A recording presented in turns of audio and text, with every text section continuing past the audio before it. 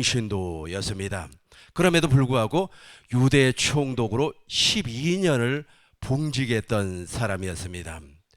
이 사람은 바벨론에 끌려와 가지고 노예로 생활을 하면서 왕의 술관장 역할을 했어요. 왕의 술 시중을 들었던 사람이었습니다.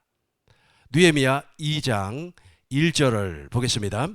아다삭스다 왕 제20년 니산월에 왕 앞에 포도주가 있기로 내가 그 포도주를 왕에게 드렸는데, 그러니까 술 시중을 드렸던 사람이라는 겁니다. 이 사람은 하나님을 정말로 사랑했던 사람이었어요. 이 느헤미야 선지자는 하나님 앞에 열정이 있었던 사람이었습니다. 이 사람은 제사장도 아니었습니다. 그렇다고 율법 선생도 아니었습니다. 그런데 하루는 왕 앞에 나아갔어요. 그럼에도 불구하고 수심이 가득 찼습니다.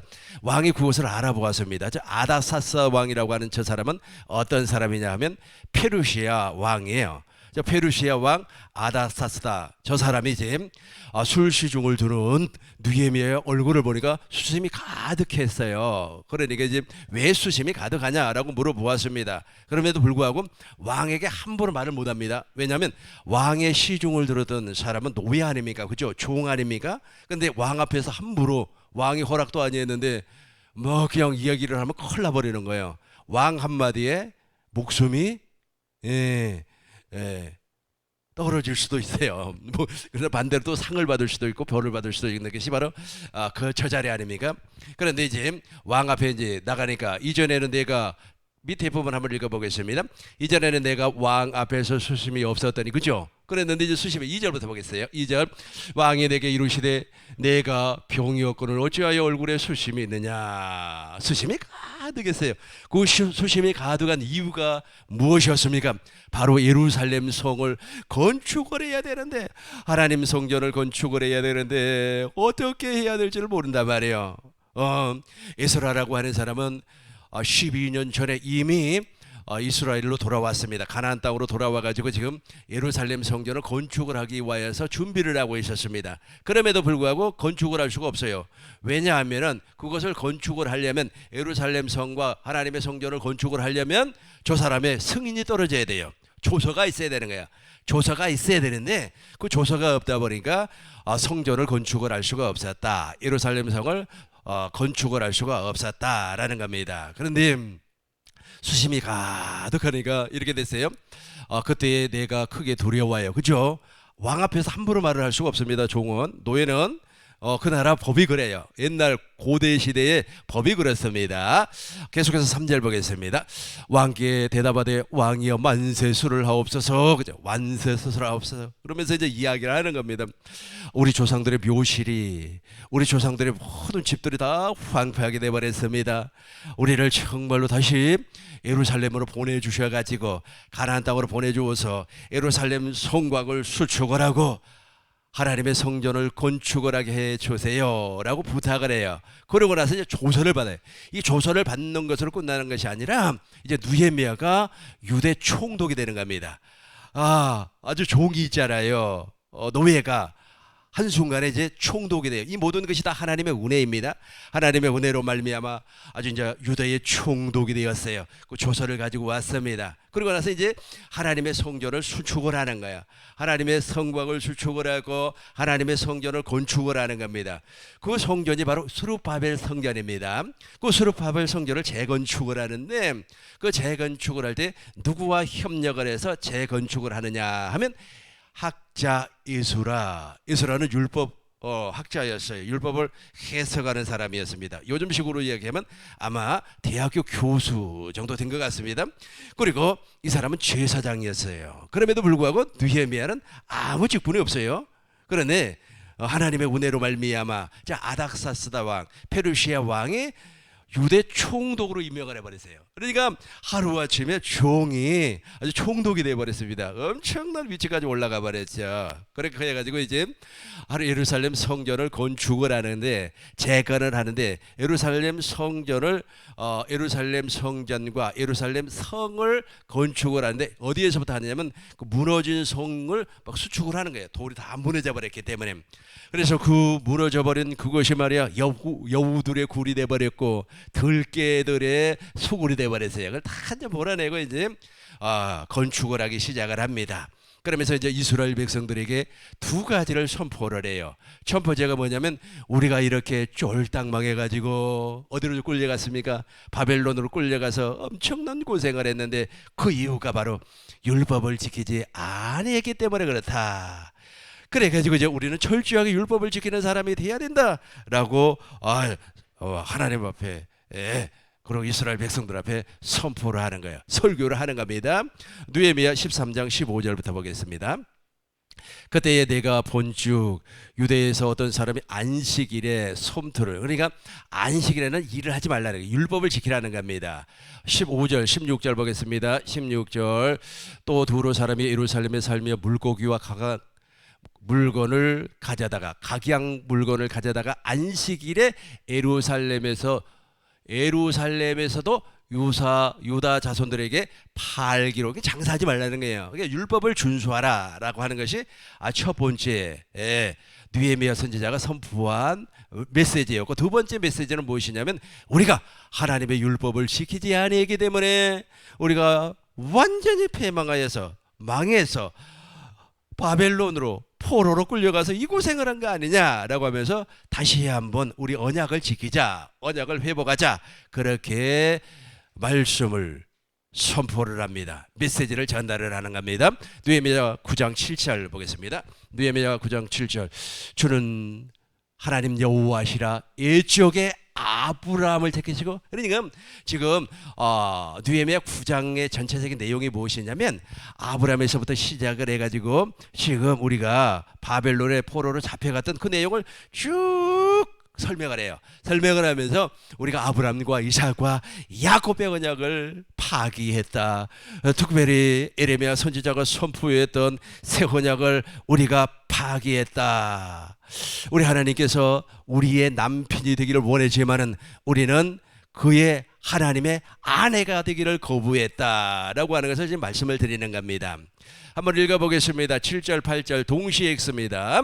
주는 하나님 여호와시라 옛적에 아브라함을 택하시고 갈대아 우르에서 인도하여 내시고 아브라함이라는 이름을 주시고 그의 마음에 주 앞에서 충성됨을 보시고 그와 더불어 언약을 세우사 가나안 족속과 헷 족속과 아모리 족속과 브리스 족속과 여부스 족속과 게르가스 족속과 그 땅을 그의 시에서 주리라 하였더니 그 말씀대로 이루어 그죠? 그러니까 아브라함의 언약이죠. 아브라함과 하나님께서 언약을 맺었어요. 짐승을 반으로 쪼개버렸어요. 그리고 그 짐승 사이를 지나가게 했습니다. 무엇이 지나갔습니까?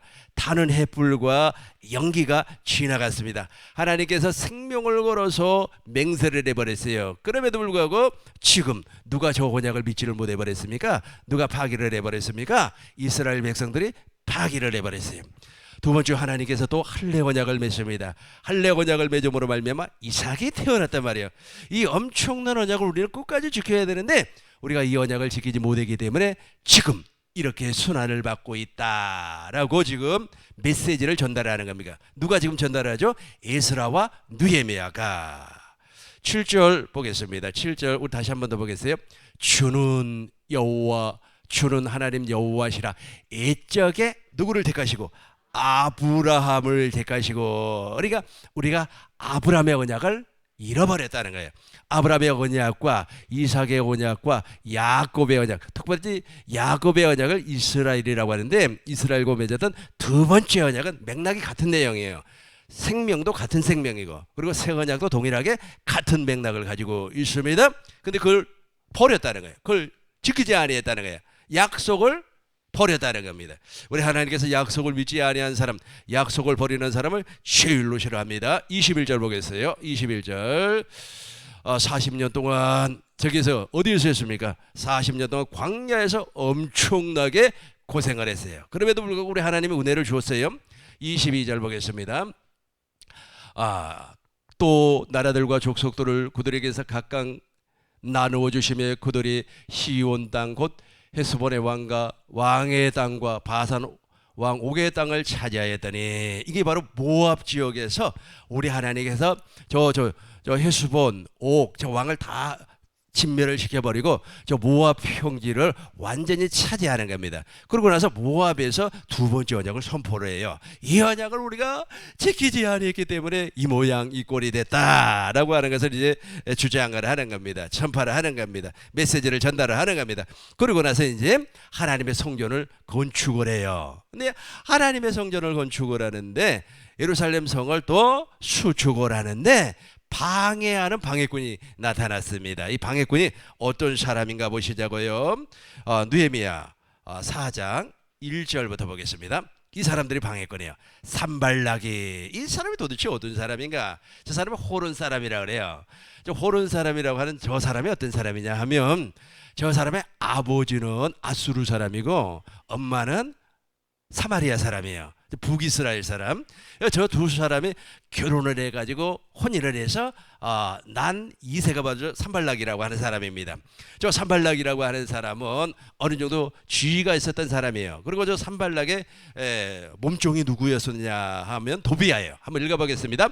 산발락이 우리가 성을 건축한다음을 듣고 크게 분노하여 유다 사람들을 비웃으며, 그죠? 이 사람이 말이야, 이 사람이 어느 정도 권력을 가지고 있기 때문에 이 사람이 계속해서 페르시아 왕에게 조서를 보냅니다. 조서를 보내가지고 아주 공사를 못하게끔 막 방해를 해요. 이 친구가 엄청나게 방해를 하는 겁니다. 읽어보겠어요.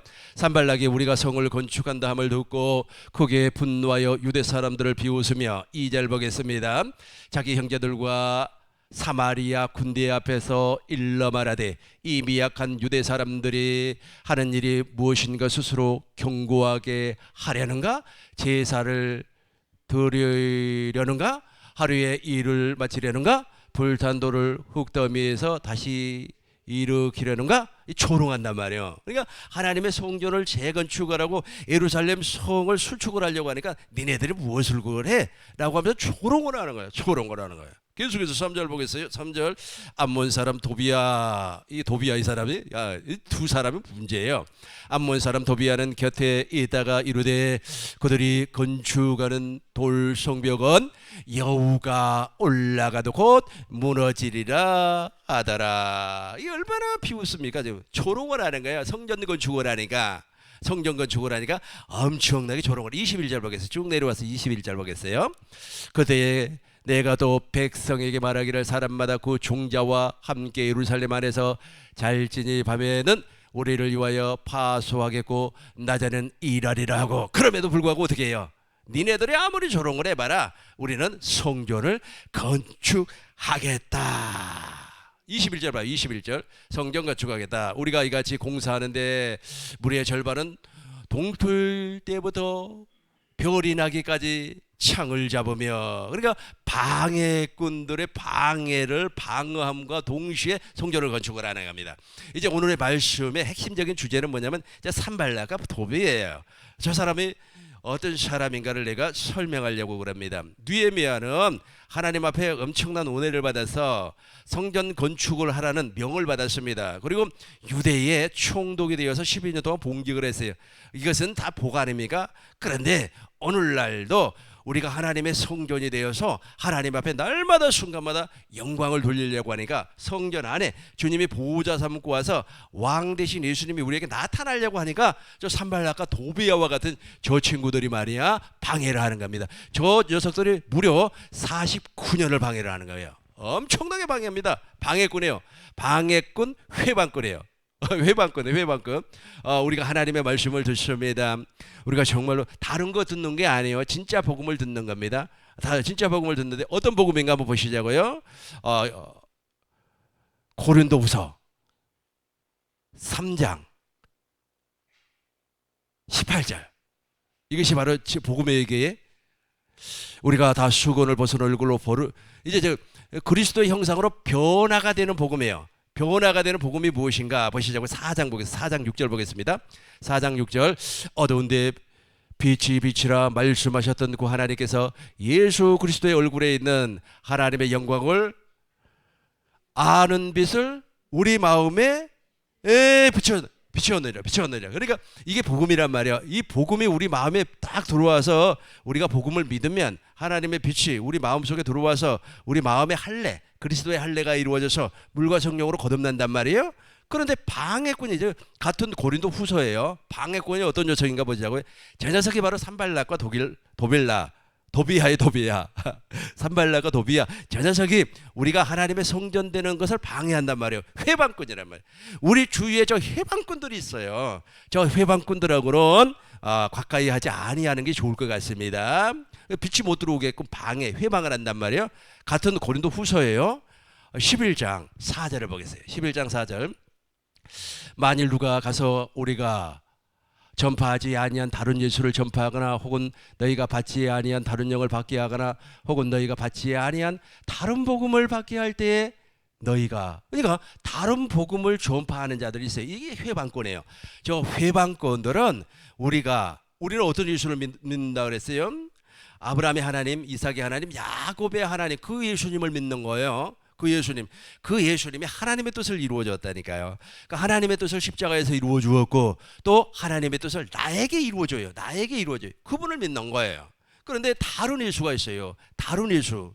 이 다른 예수가 아주 말이에요. 콩 심은 데 콩 나고 팥 심은 데 팥 나고 많이 심으면 많이 맺을 줄로 믿습니다.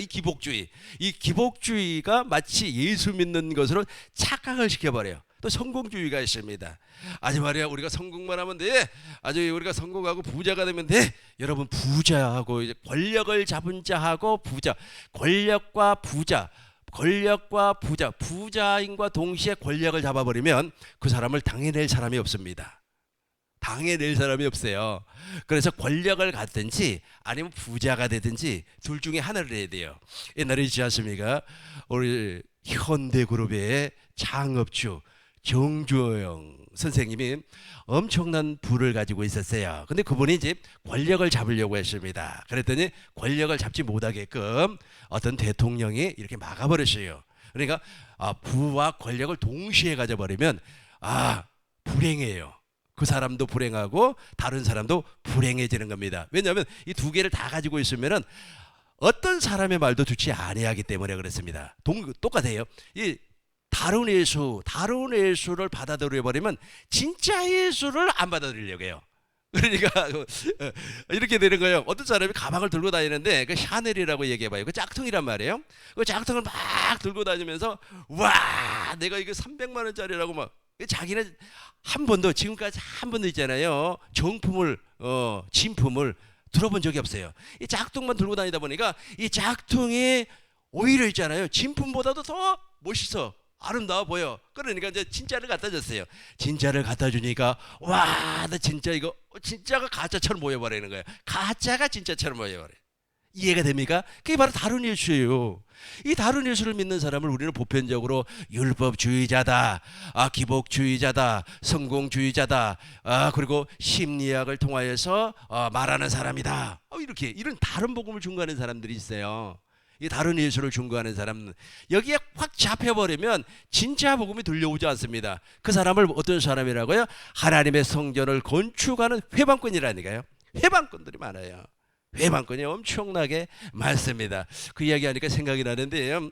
그 전유성이라고 하는 개그맨이 있습니다. 그래서 어떤지 광고업주 사장님께서 이 전유성 씨를 이제 불렀어요. 왜냐하면 광고를 짓기 위해서. 그래서 이제 그 목소리를 가만히 들어보니까 마음에 안 들어요. 광고 제작을 다 했는데 목소리가 마음에 안 든 거예요. 전유성 씨, 진짜 전유성 씨 목소리가. 근데 이 전유성 씨 목소리가 이상하다고. 그래가지고 이제 전유성 씨 목소리를 흉내낸다고 해야 될까요? 그죠? 그 흉내내는 사람이 있잖아요. 모창이라고, 그 가수도 모창 있잖아요. 그 사람을 데리고 와가지고 이제 더빙을 했습니다. 그러니까 진짜 목소리를 숨기고 가짜가 와가지고 더빙을 했어요. 더빙을 하니까 광고업주 사장님이 맞아, 이걸 진짜지라고 하면서 그 사람의 목소리를 광고 안에다가 집어넣더라는 겁니다. 이게 있잖아요. 내가 무엇을 얘기하려고 하는지 아시죠? 이 가짜 예수를 믿는 사람들은 본인들이 진짜 예수를 믿는 줄 알아버려요. 그러다 보니까 어떻게 돼버려요? 진짜가 가짜처럼 느껴져 버리고 가짜가 진짜처럼 느껴져 버리는 겁니다. 이게 불행입니다. 누구 때문에 그래요? 산발락과 도비아와 같은 인간들 때문에 그래요.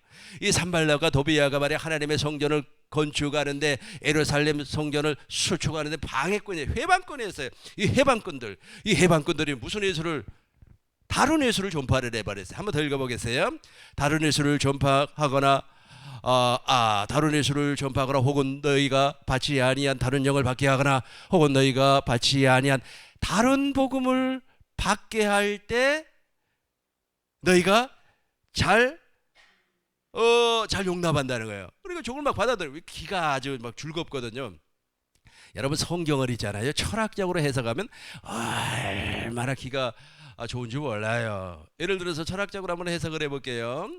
예수님께서 예를 들어서 가늠한 여자를 우리가 현장에서 잡혀온 거 가늠한 여자를 있잖아요. 용서해 주었잖아요. 그죠? 이제 그걸 철학적으로 한번 제가 한번 설교를 해볼게요. 이 철학이라고 하는 건 우리 삶에서 나타나는 모든 현상을 학문적으로 연구하는 것이 철학이에요. 이제 어떤 사람이 말이야 간음을 했어요. 그런데 A라고 하는 사람은 돌멩이를 집어가지고 던지려고 해. 근데 B라고 하는 사람은 아니야. 저 사람도 무슨 이유가 있을 거야. 그 이유가 무엇인가는 잘 모르겠어. 근데 아마 그런 이유는 아마 가정이 아주 가난했거나 아니면은 동생을 보살피기 위해서 간음했거나 이게 바로 철학적인 설교예요. 은혜가 되죠. 그죠? 은혜가 되죠. 이게 그러다 보면 어떻게 돼버리냐 하면 다른 예수를 전파하게끔 돼버려요. 그러니까 하늘의 복음이 땅의 복음이 돼버려요. 무슨 복음이 돼버린다고요? 하늘의 복음이 땅의 복음이 돼버려요. 우리는 어느 나라 시민권을 가진 사람이에요? 하나님 나라, 하늘나라의 시민권을 가진 사람인데 땅의 복음으로 이렇게 만들어버린다. 이게 바로 산발락과 도비아와 같은 인간들입니다. 이 사람은 어떤 사람인가 보시자고요. 같은 11장이요. 13절 보겠어요. 13절 보겠습니다. 그런 사람은 거짓 사도요 속이는 일꾼이니 자기를 그리스도의 사도로 가장하는 자들이니 우리 13절부터 15절까지 우리 같이 한번 읽어보도록 하겠습니다. 그런 사람들은 거짓 사도요 속이는 일꾼이니 자기를 그리스도의 사도로 가장하는 자들이니라. 이것은 이상한 일이 아니라 사탄도 자기를 광명의 천사로 가장하나니 그러므로 사탄의 일꾼들도 자기를 의의 일꾼으로 가장하는 것이 또한 대단한 일이 아니니라. 그들의 마지막은 그 행위대로 되리라. 이 산발락과 도비아는 권력을 가진 자예요. 이 천민이 아닙니다. 그러다 보니까 이 사람도 권력을 가지고 있고 자기의 그 권력을 행사하기 위하여서 방해를 하는 겁니다. 그러니까 한번 생각을 해봐요. 천민 아닙니까? 그리고 저기 바벨론 지역에서 노예로 살았습니다. 종으로 살았습니다. 그 술관장이라고 하는 것은 술 시중 두는 사람들 아니겠어요? 오늘 한국식으로 이야기하면 저기 남자들 그 술 시중 두는 그렇게 생각을 해봐요. 그런 사람들이 얼마나 초원한 사람으로 사람들은 인식을 하고 생각을 하겠습니까? 그런데 그 사람이 하루아침에 총독이 돼서 와가지고 말이야 하나님의 성전을 건축해야 됩니다. 하나님의 예루살렘 성 무너진 성을 수축해야 됩니다. 그러니까 이 사람도 사마리아 지역을 다스리고 있는 권력자예요. 권력과 권력이 지금 부딪힌 겁니다.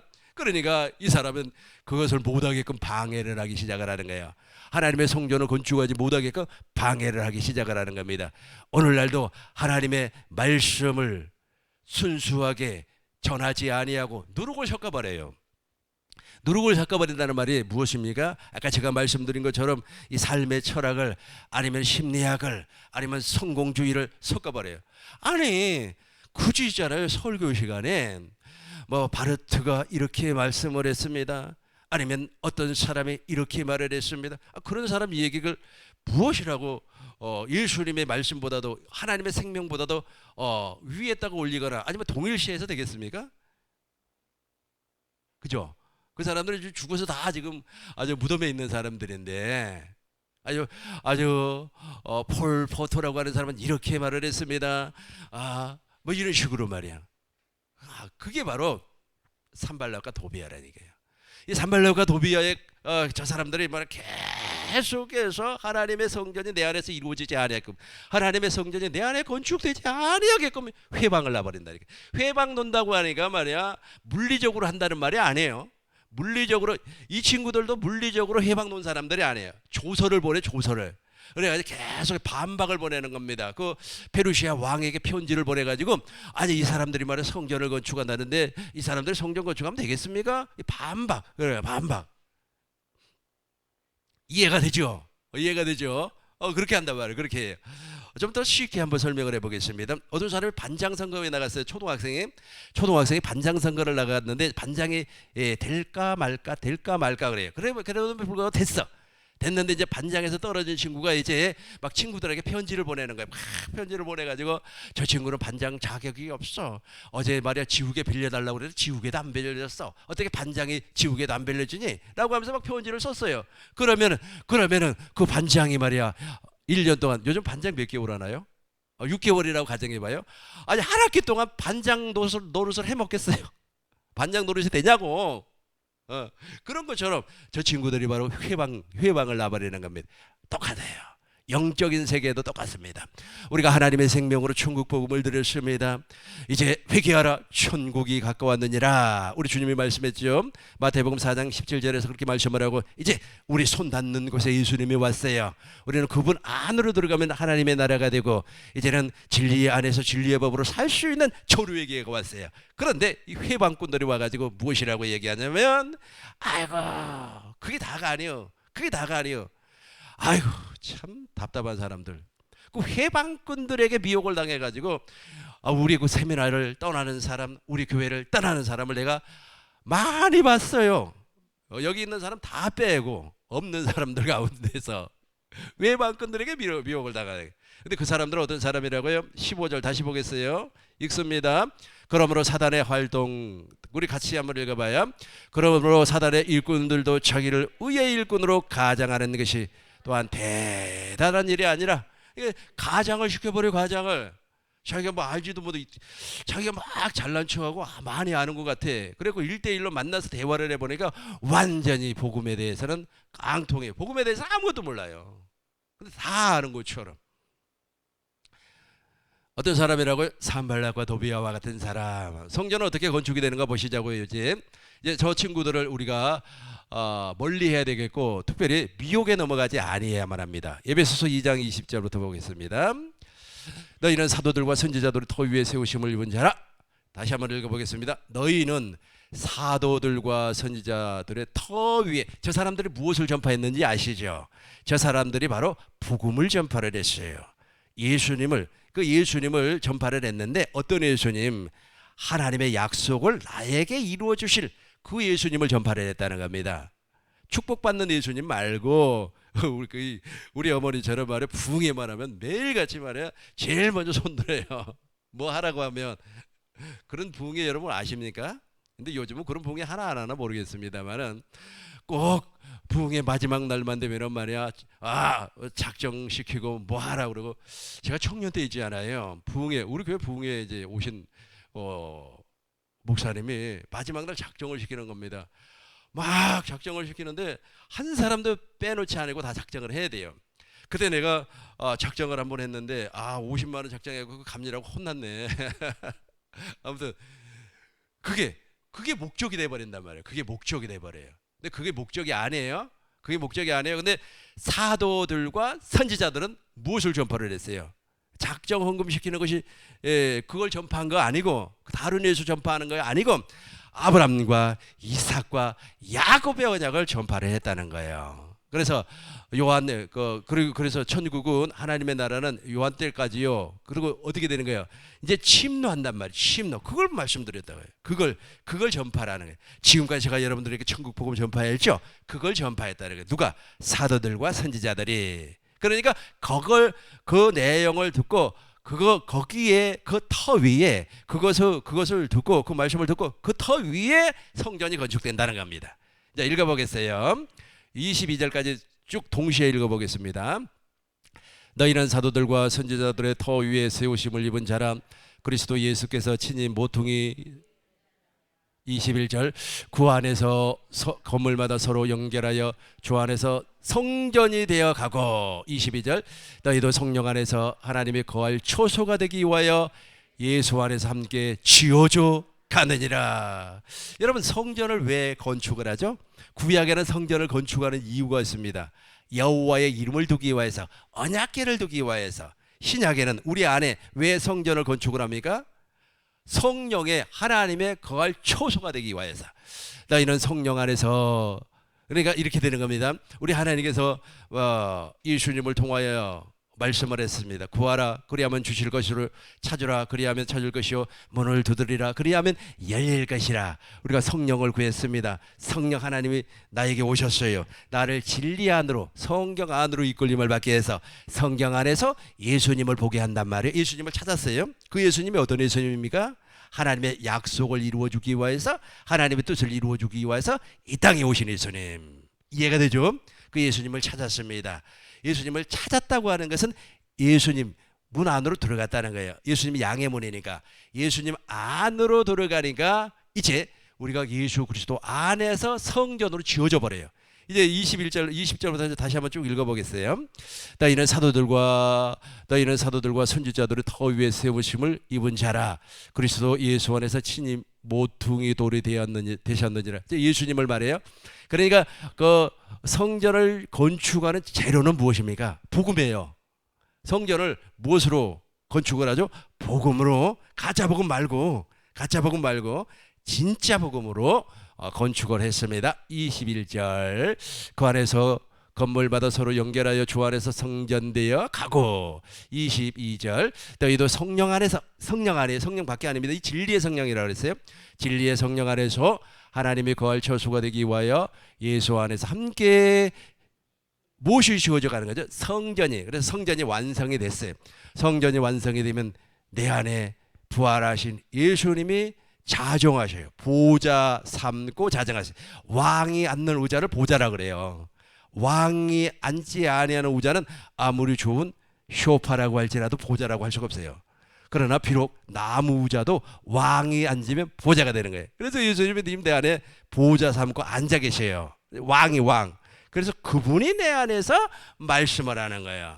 그 말씀을 내가 마음으로 믿어 의에 이루고 입으로 시인해서 구원을, 하나님의 일하심을 보는 겁니다. 내 안에 왕이 계셔요. 그 왕이 말씀한단 말이에요. 그 말씀을 반드시 믿으시면 하나님의 놀라운 역사가 일어나는 겁니다. 근데 이렇게 되기를 방해하는 녀석들이 있다니까요. 이렇게 되는 것을 방해해요. 나는 그렇게 방해를 받아보지는 못했습니다만은 아마 여러분 주위에는 그런 사람이 있을 수도 있어요. 아주 조금 말이 아파가지고 조금 말이 아주 힘이 없고 그러면 아우 권사님 일로 와봐. 저기 어디 가면 말이야 어떤 목사가 아주 그냥 머리에다가 팍 이렇게 때리면은 말이야 그냥 나와버려. 그게 바로 산발락과 도비하다니까. 그러다 보면 이제 정신이 어디로 가버려요. 마음이 어디로 가요. 그쪽으로 가버려요. 그러니까 복음이 이해가 안 되는 거예요. 섞으면 안 되는 겁니다. 요즘 사람들 다 섞어 먹으려고 하는데 섞지 말고 그냥 순수하게 먹어요.